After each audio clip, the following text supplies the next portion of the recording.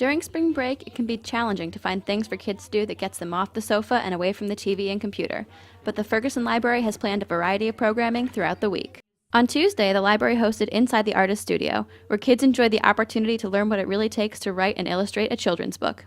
Today I read my latest book called Pond Walk, and I shared how I create the artwork using cut paper, scissors, and glue, and a tweezer. I just love their questions. I wish there was more time for that because they really are thinking about how books are created and how the artwork can be cut paper and yet still be flat when you see it. And oftentimes we'll talk about the structure of a book too, the jacket, whether it's hardcover or soft, the size of it, the shape of it. So there's a lot of things to think about when you're looking at a book.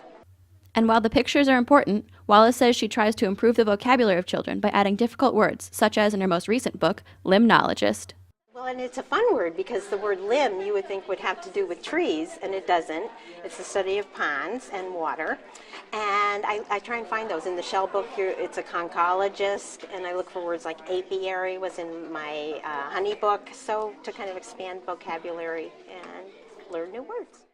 And the programming here couldn't get off the ground without the support from the community. The funding for our programs do not come from the city budget.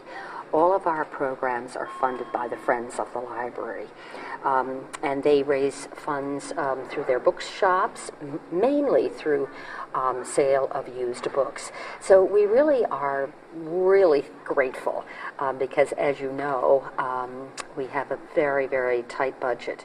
After the kids heard from a published author, they got to do a little work of their own. There's no wrong answer, and you can create anything you want, and whatever you like is what you should draw. I like to do elephants, so I decided to make one because I like when they shoot water. It reminds me of on a hot summer day. Making art. What are you going to make? The Death Star. It's because you can make anything you want. And why do you want to do it? Because the people swim because it's a nice day to swim in the pond. We could